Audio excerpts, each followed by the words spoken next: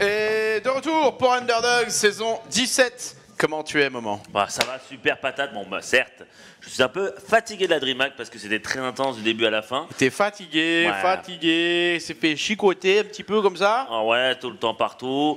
Mais je suis très content d'arriver et de caster ces Underdogs, ces top français qui vont se battre, qui vont s'en mettre plein la vue, sans respect, disrespect total. C'est ça, le respect normalement est resté autre part sur Dailymotion. Voilà, il était là-bas. Voilà. Il n'est pas passé sur Twitch. Du coup, là, ça va envoyer du fat lourd avec ces petits genoux, comme on l'a dit, Ah oui. voilà, qui ont envie de monter un peu à l'image de Zbelin, comme ça. D'ailleurs, une vanne du chat qui ferait bien Crackers Gezen, s'il le pouvait. Oh, pas mal, Fed Sharps. Oh, pas mal, pas mal. De l'humour Triangolini. Est-ce qu'on pourra avoir les brackets pour tout simplement montrer ces magnifiques Ah oui, le bracket. Alors. Underdogs saison 17? Oui. Parce que ce serait pas mal, mon cher petit Yata. Un bracket. Ouais, le bracket qui est là. Zebla. Zbelin Gezen. Donc alors ça c'est le premier match. Imre, un mot BO3. sur Zbelin Gezen. Tu as un favori? Je pense que Dans le micro. Le micro, plutôt. et en fait, Ouais. ouais. Non, je pense que Jason, ça reste quelqu'un de compliqué à jouer, même si tu sais que ça va être, disons, croustillant et à base de fromage. Ouais. Il a énormément de fromages différents dans sa petite cave, et du coup, ça reste un joueur compliqué, je trouve, pour un Zerg en général. Donc ça va être compliqué, voir ce que Zbelin va envoyer. Ensuite Shadowne Lilbo, donc Shadowne représentant de la team des petites salopes, hein, donc avec Etidroud, avec Nocti. Ouais. Un expert pour tirer son épingle du jeu. Sauf que là, voilà, il a affaire à la botte de foin Lilbo. Et autant te dire que ça va pas être simple de trouver son aiguille dans cette botte de foin. Après, il y a Minimat contre Clyde. Ouais, ça sera la semaine prochaine. La semaine prochaine. Et Jack Tidrogo. Bah, honnêtement, ça fait plaisir parce qu'on voit quand même deux Zerg quand même dans cette compétition. Ça fait Ouais. quand même fort longtemps qu'on n'a pas vu de Zerg. Certes. C'est quoi, combien de saisons qu'on n'a pas vu de Zerg quoi? Genre, je pense que ça fait au moins 6 saisons quoi. Aucun Zerg. Et là, Minimat qui a réussi tout simplement à se qualifier. Et Zbelin qui était aux portes de la qualification, mais grâce, entre guillemets, ou à cause de Marine Lord, qui ne fait pas ses underdogs pour cette saison, tout simplement parce qu'il se focus à 2000% pour les WCS. Et c'est compréhensif parce que les WCS, c'est le Graal quoi. C'est le Graal important, il faut qu'il aille au maximum et au plus loin, il peut le faire. Il a une poule pas non plus, il est à sa portée, même les autres Français aussi. Donc franchement, ça fait plaisir de voir ces joueurs-là, 3 Français au WCS, et qui sont aussi, voilà, on a Lilbo là, et on aura sûrement Marine Lord, et peut-être pourquoi pas Firecake pour la saison prochaine. On verra tout ce que ça va donner. Et je pense qu'on va pouvoir bientôt lancer la game de Jason contre Zbelin. Cheese contre, on va dire, la jeunesse qui monte. Mais voilà, Ouais, Zbelin, est-ce qu'on a d'autres qualificatifs pour son jeu? Il est plutôt macro, plutôt. On connaît un peu ce garçon? je crois qu'il est plus macro tranquille. Genre Macro à détente. base de macro détente, il a ses BO et il essaie de faire ses BO tranquillement. On va dire, il essaie de bien mettre, rester sur ses acquis, bien sur ses jambes, sur ses appuis, c'est très important. Et après, il peut nous montrer le contraire, mais je sais qu'il est en train de monter tranquillement, pépèrement. Et c'est ce qui est important, mon petit coquin, c'est de monter. Après, je sais que Jason est un joueur bon, un très bon joueur. Le problème avec Jason, c'est que là, en ce moment, il joue moins. Donc, c'est beaucoup plus dur de pouvoir faire plus de résultats. Mais je me rappelle qu'il était Sans dans jouer, les... c'est compliqué. Ouais. qu'il était dans les qualifs des WCS. Donc, il a réussi aussi à avoir assez de points pour faire la qualif. Donc, honnêtement, c'est bien joué de sa part. Donc, on verra ce que ça va donner sur cette magnifique game. Ouais, clairement, on en attend pas mal de ce match. Comme tu l'as dit, Jason qui était sorti pendant 3-4 saisons d'Underdogs et qui revient plus motivé que jamais. Et Zbelin, pur underdog pour le coup, lui, il vient vraiment de l'enfer du grand mastering français. Et s'est hissé jusqu'à cette qualification. Et a bénéficié de la disqualification du forfait de Marine Lord, du coup, pour revenir. Donc, il n'était même pas invité à la teuf au début. Il est arrivé encore de « je peux venir ?» D'accord. Et du coup, se retrouve là face à Jason. On va voir ce que ça va donner. Beaucoup de questions, peu de certitudes. Très peu de certitudes. Et la game qui est lancée. Et c'est parti, on est en BO3 et on est complètement sur Echo. En haut à gauche de la map, on est bien sûr sur Echo pour la team Punchline. Il s'agit de Jason.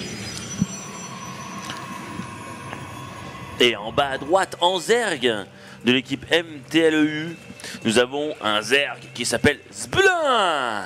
Zblin. Qu'il est fan de ses chips. C'est ça. Fan d'apéritif, probablement.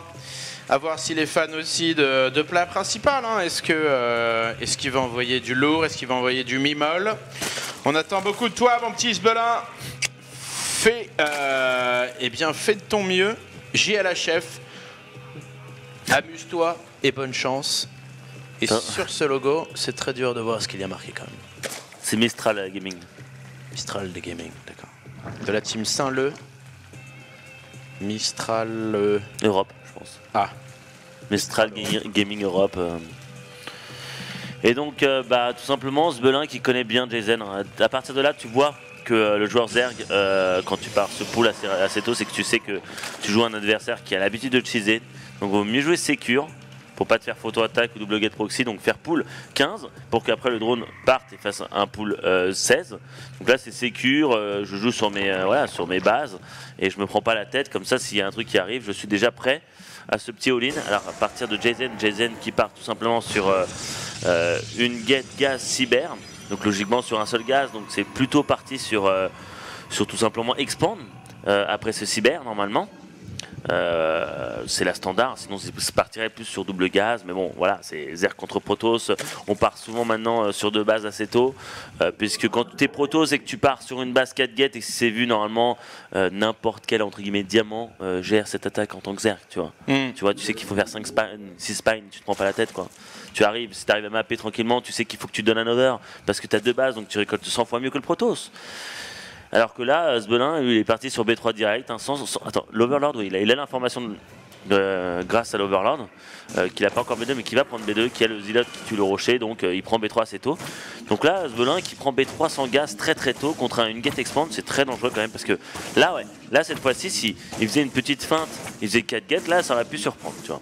Ouais, là ce serait le genre de timing qui pourrait complètement sanctionner le joueur Zerg. Là, s'il y avait 3 gates en production quelque part, cette base-là pourrait très bien être sanctionnée.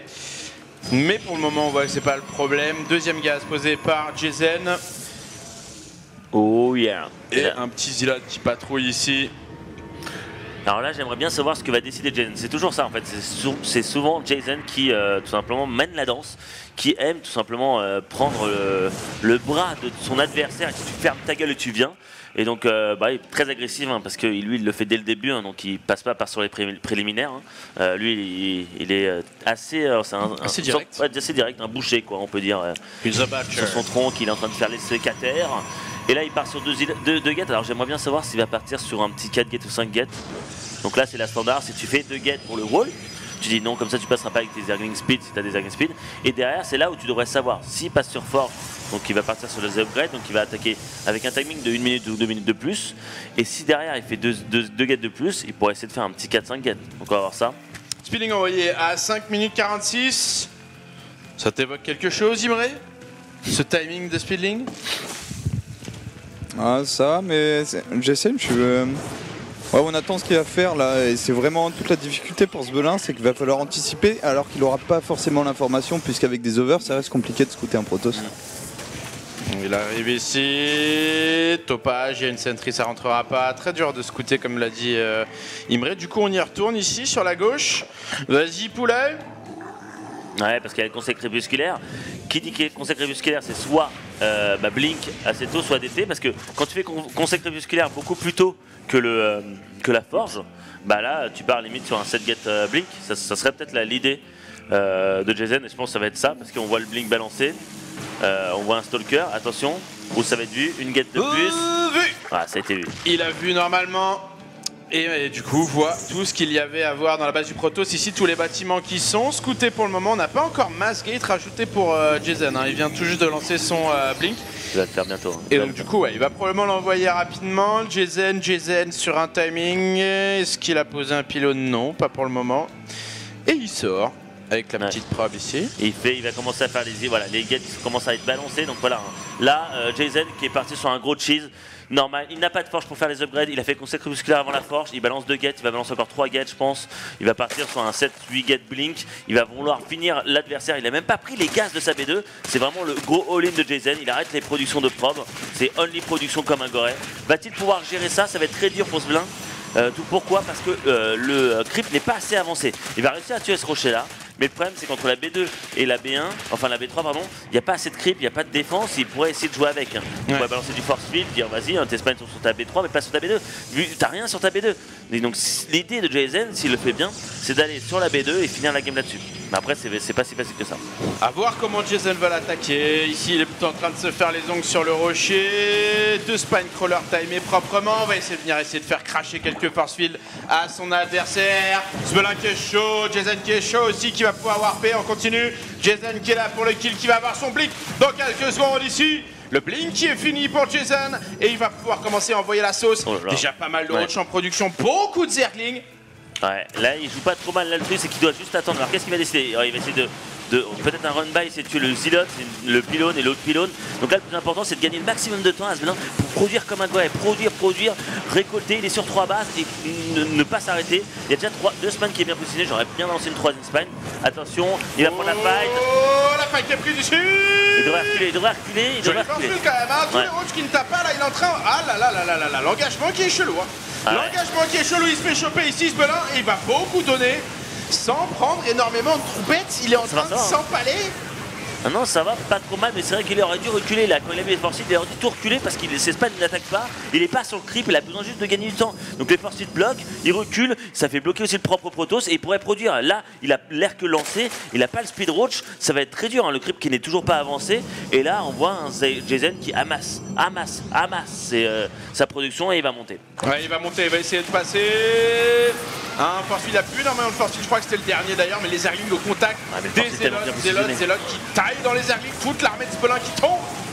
Mais moi ça commence à mongalise le force field entre la spine et la petite montée, et là il continue à produire, il a besoin juste de blink, est-ce qu'il va pouvoir gérer? Là ça joue sur la micro. Attention. Ciao, finalement c'est passé ici, 8 PV pour cette queen, mais là on n'a plus du tout d'unité pour Sbelin qui va devoir défendre, les zerglings toujours au corps à corps ici, et le blink de Jason qui va faire la diff. Maintenant il lui faut beaucoup plus de troupes de zerglings, et 3 roachs en production, Sbelin qui est dans la mélasse. Aïe, c'est très dur, là il y a plus de stalkers que de roach, après GG. Le go de l'énervement. Voilà, Jason qui gagne 1-0 en faisant un gros all-in, comme prévu. C'est notre Jason à nous. Et très belle micro de sa part. Et c'est vrai que là, Sbelin, dommage pour lui, il a trop voulu prendre la fight alors qu'il aurait juste essayé de faire une feinte. Je prends la fight mais je recule pour qu'il balance ses force field et gagner du temps. Et en fait, le plus important contre un all-in, quand tu as 3 bases, c'est d'amasser, de faire des fakes, de rendre fou en fait ton adversaire pour qu'il gagne du temps, enfin que tu gagnes du temps et produire et amasse. Malchance pour lui. Ça s'est joué d'un rien et Jason a très bien micro, bien joué aux joueurs de l'équipe Punchline. Donc 1-0 dans ce BO3. Qu'est-ce que t'en penses, mon petit Imre? Toujours compliqué quand on est. Et c'est là où les joueurs pros sont très forts, c'est que pour défendre ce genre de all-in, en fait, il faut être très patient. Et on voit un Sbelin qui s'est un peu trop précipité, comme tu l'as dit. T'as pas besoin de prendre une fight en dehors de tes spines. Mais c'est vraiment très dur d'avoir cette patience quand tu es sous pression, tu as le stress parce que ça reste un match important, Underdogs, et tu fais des petites erreurs que tu ferais pas forcément normalement en ladder par exemple. Ouais, peut-être que il s'est dit bon allez c'est parti, j'y vais, j'engage. Et non, c'était typiquement le moment, il fallait, comme tu l'as dit, rester un petit peu dans les goals et là jouer défensif, essayer un petit peu de bloquer les angles comme ça, petite clé de bras, Uchimata, voilà. Chabit, et on y va. Et on y va, la game qui est lancée pour cette deuxième game de ce Best of 3.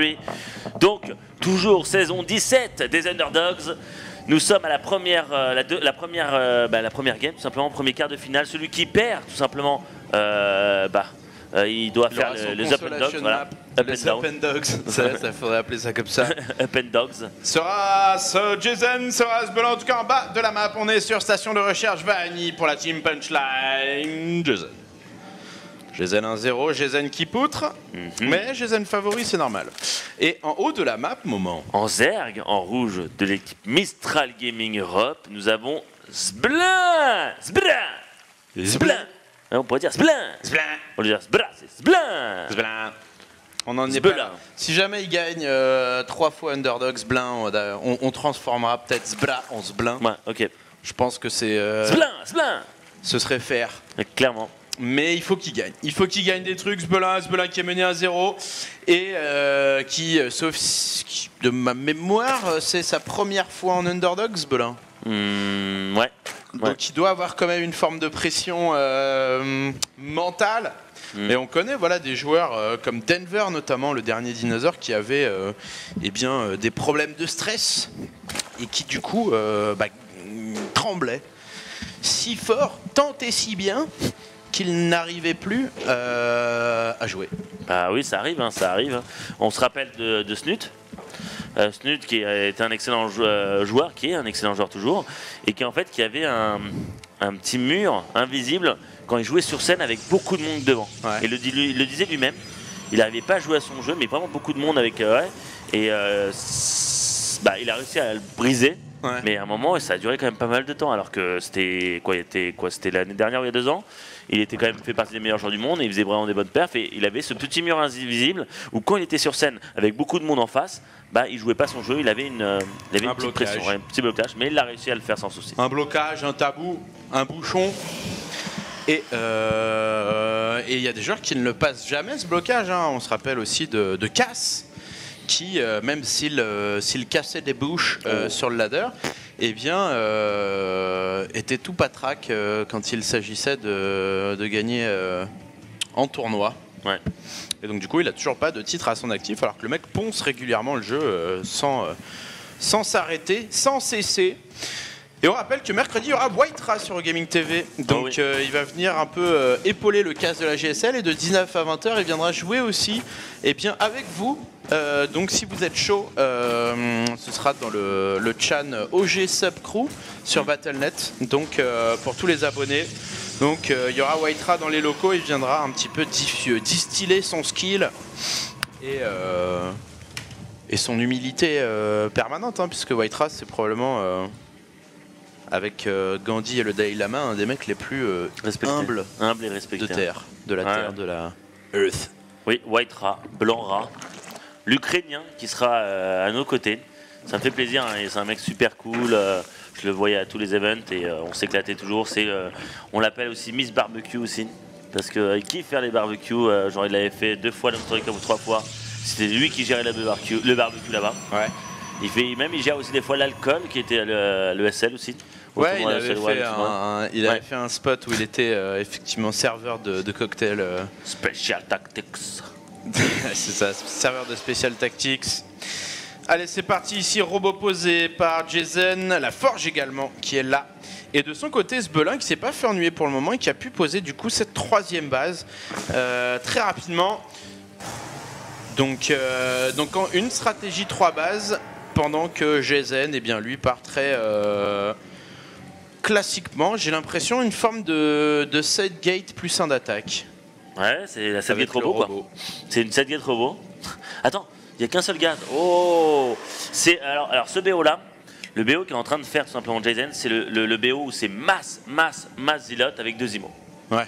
Et en fait, c'est pas trop mal. Si c'est pas vu, c'est vraiment très fort parce que ça compte. Les Zilots sont plus 1. Donc contre les Zerglings, tout simplement parce que il two-shot les Zerglings. Donc en 2 coups, il tue les Zerglings au lieu de 3 coups.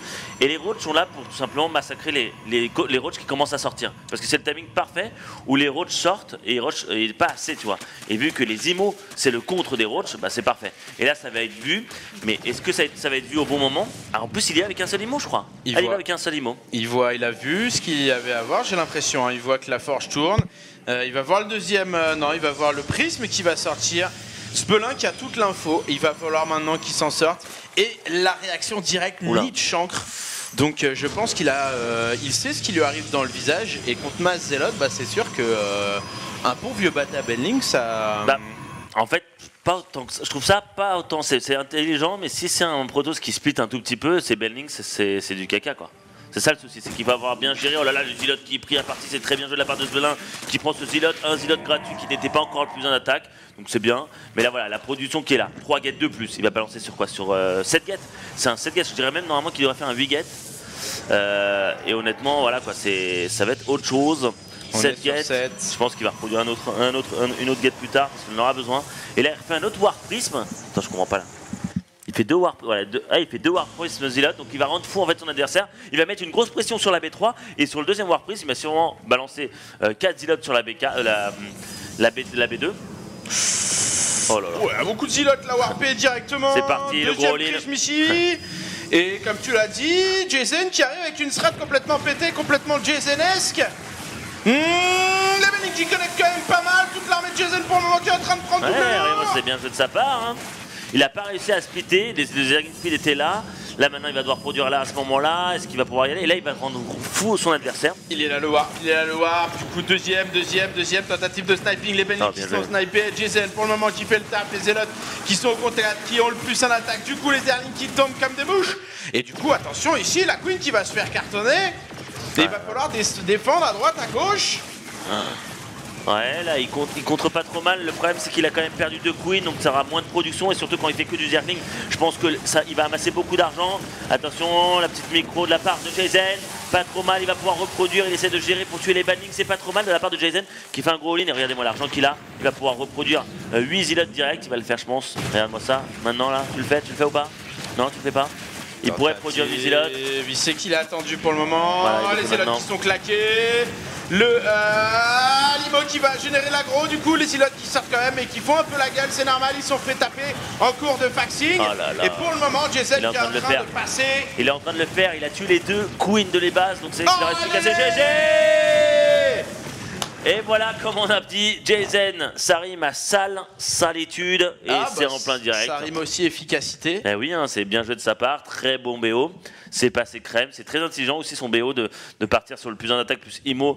Donc IMO qui sont là pour viser les banlings, et viser, normalement c'est viser les roads chez les queens. Mais vu que là il est parti sur le banling, bah voilà, les queens, bah, ils sont pris à partie par cette belle micro, par les IMO, et donc très bien joué, donc Jason qui vend du rêve et qui vend qui est là pour tout simplement pour gagner avec son style de jeu qui est bon, moi j'aime bien, c'est des styles très bon, c'est rapide mais c'est précis et c'est tarte dans la gueule quoi. C'est ça. Après voilà, Javidi nous a prévenu, les games d'aujourd'hui vont être courtes messieurs dames. On est parti pour la petite pause, on se retrouve dans 4 petites minutes pour Lilbo contre Shadow, notre deuxième BO3 de la soirée, et juste après ce sera donc le deciding match, enfin l'elimination match, le up and out. Ouais, c'est le up and out ou le up and dog aussi, hein, ça sera le chien de l'équipe de la saison, et donc c'est tout de suite après la pub. Après la pub.